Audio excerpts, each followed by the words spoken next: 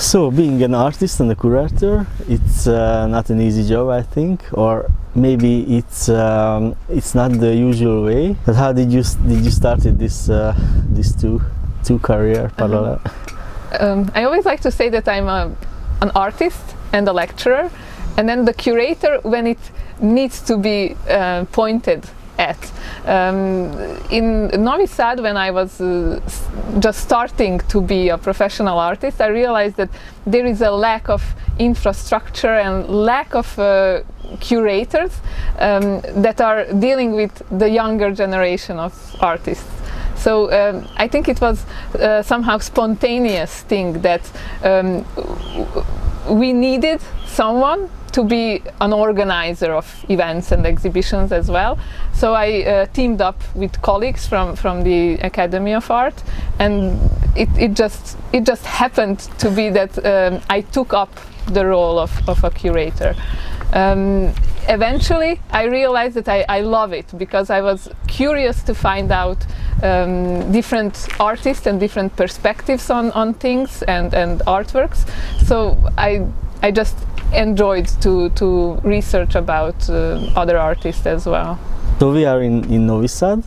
It's Serbia, and usually I'm always wondering why that happening, that artists and exhibitions from this Balkan region is always circulating in this same region, and almost never goes to Western Europe or anywhere else. And maybe it's the same with the Western art.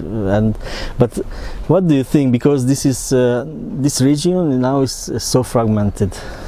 So what do you think? Will this evolve by the time? Yeah, I still think that we are still in this part of Europe.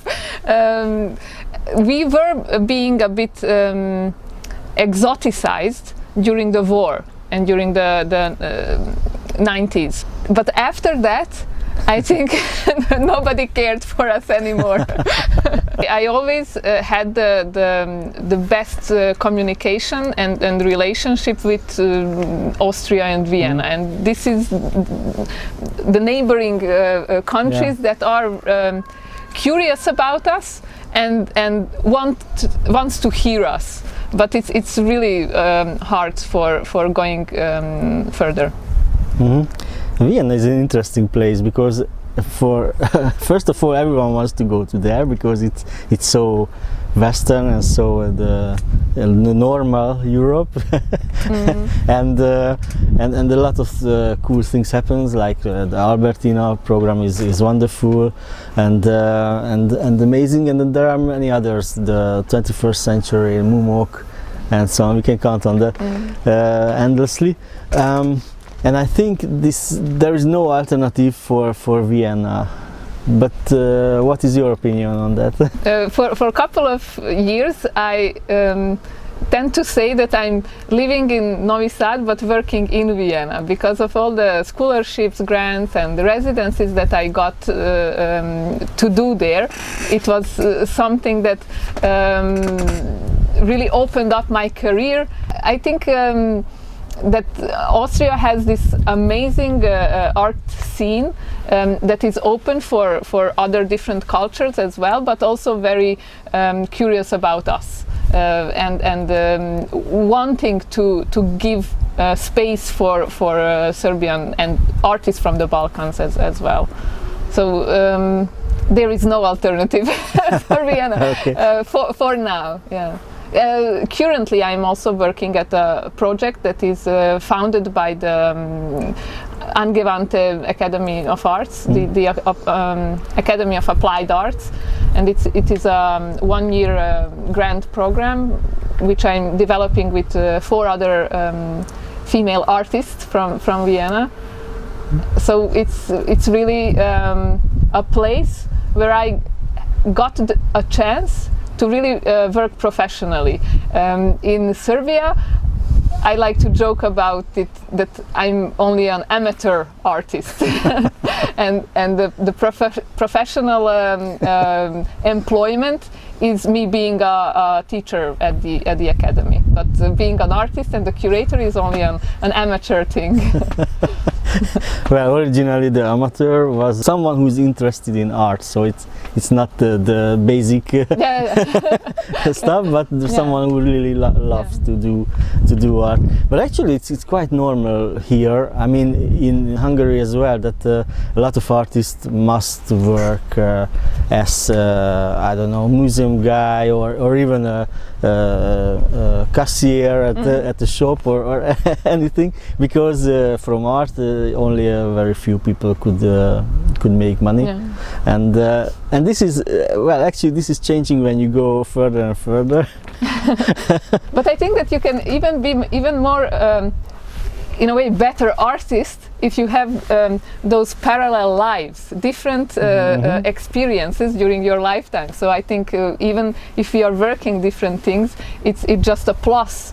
It is very interesting that someone says that you have to learn a lot to be a good artist, to know everyone who was before, the trends, the ism and a lot of stuff, knowing everything.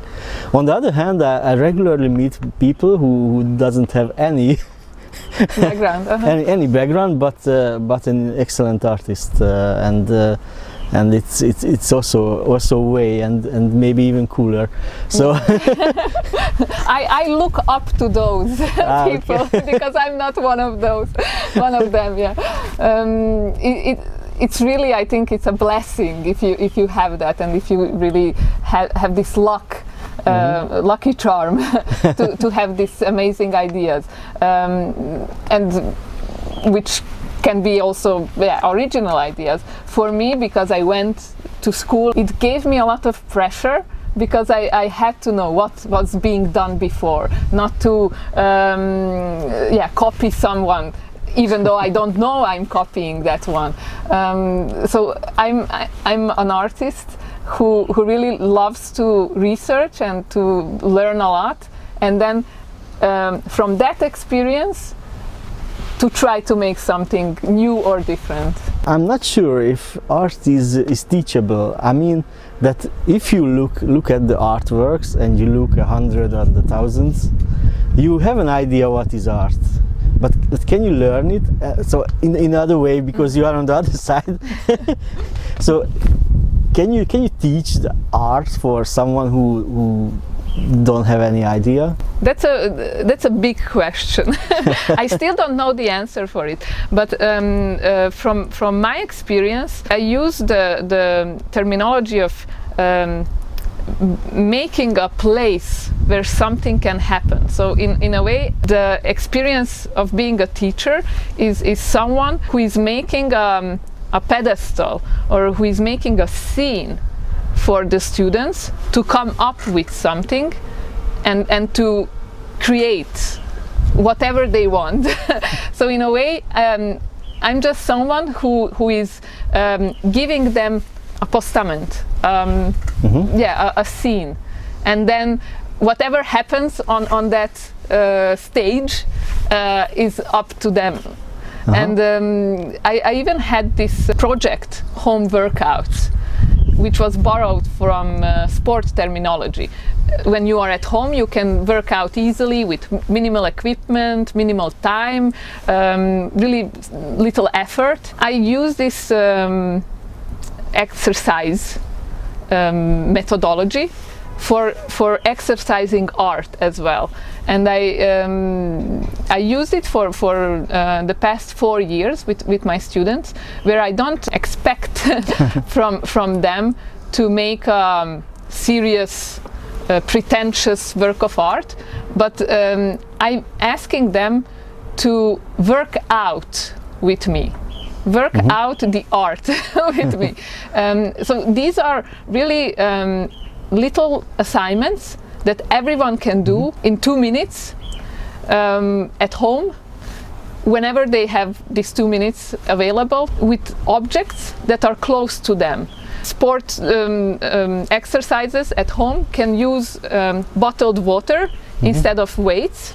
I use everyday objects around me to make pop-up sculptures or ideas.